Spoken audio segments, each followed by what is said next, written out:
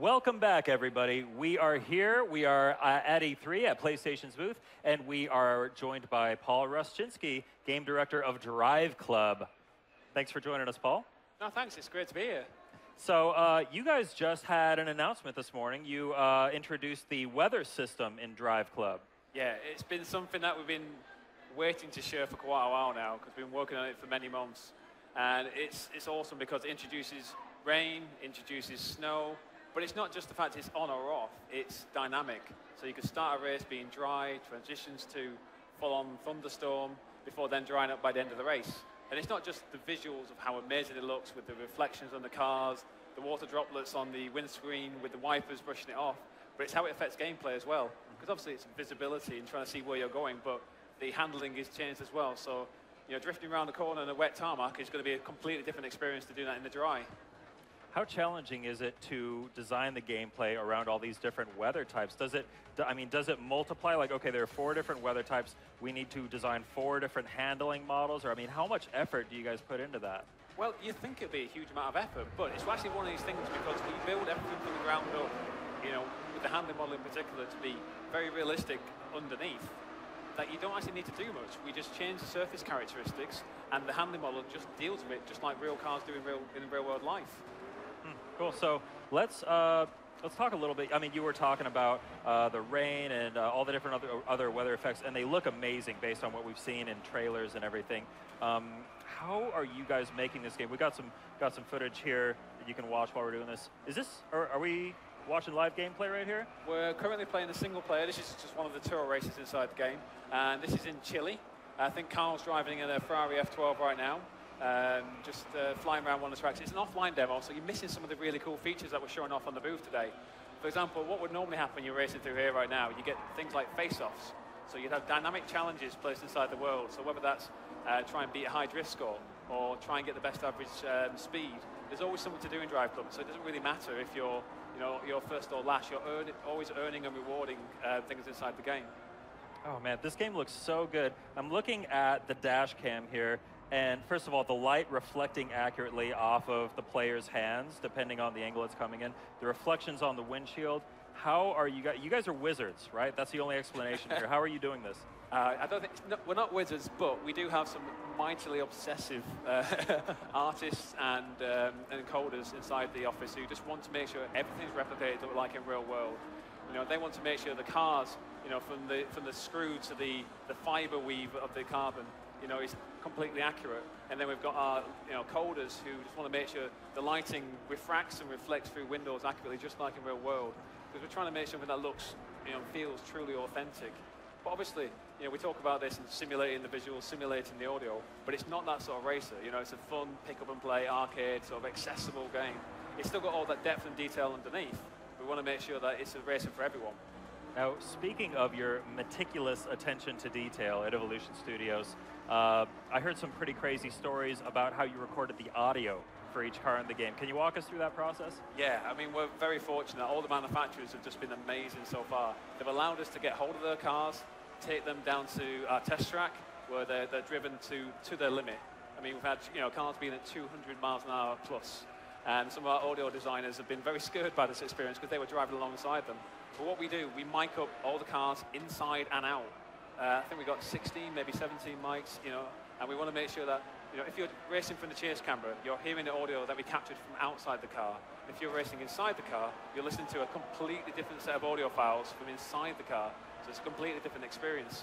You know, we put them on the dyno as well, and occasionally we get to take them on the road as well and do some more recordings. But yeah, it's all about making sure that we get the characteristics and the essence of every car, because every car is unique in the real world.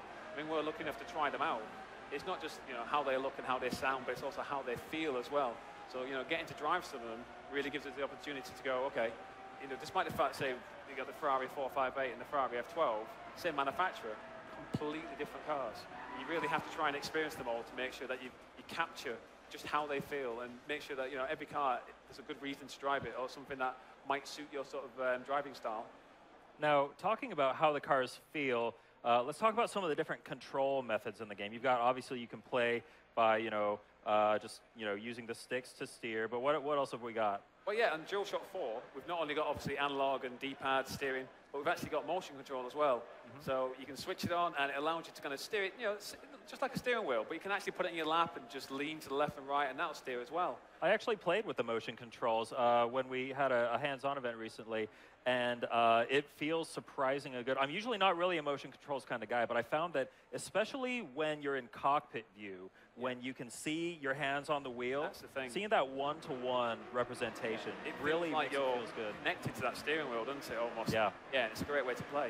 But we've also got steering wheel support, of course. We're working with Thrustmaster right now, and today at E3 we've announced a new wheel, the T300, which is the best wheel on the Yeah, market we've got it by far. actually playable right over here, so if you're at the show, check it out. Yeah, I mean, you can come along and either play the club play 4 versus 4 online on the pad, or you can try out, if you queue it for a second time, you can go on the wheel as well. Yeah, cool. So let's talk about some of the locations in the game. You've got a bunch of different locations, all look and play very differently. Can you walk me through just a couple of your favorites? Yeah, well, let's have a quick look what's on screen right now. We've got, oh, this is India. This is, I think, a track called Nilgiri Hills. So this is a long, I think, 10-kilometer point-to-point sort of stage. And, you know, India's about the kind of vibrancy of colour and density of vegetation. And that's so different to, say, the likes of Norway, which is covered in snow, or Scotland, which is quite barren, really, but you know, quite grey as well.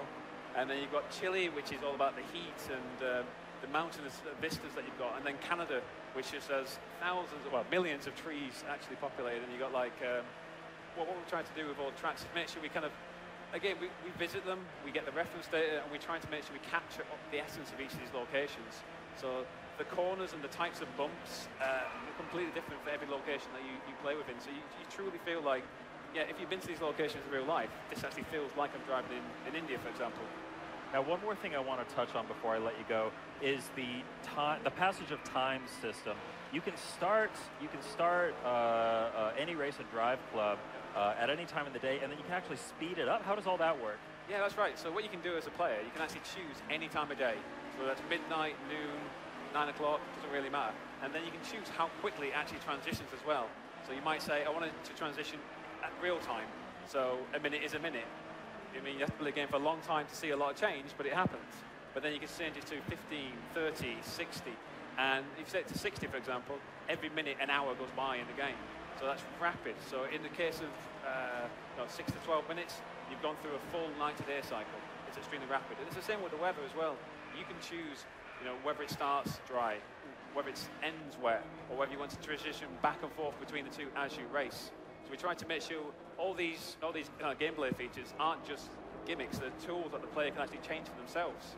And one of the cool things about it, of course, is that you can set this race up and then send it on as a challenge to someone else, and they get to play the same experience that you set up.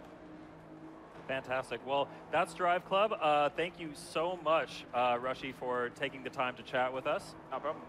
Let's take a look at some more Driveclub footage, and then we're going to have The Evil Within. Stay tuned.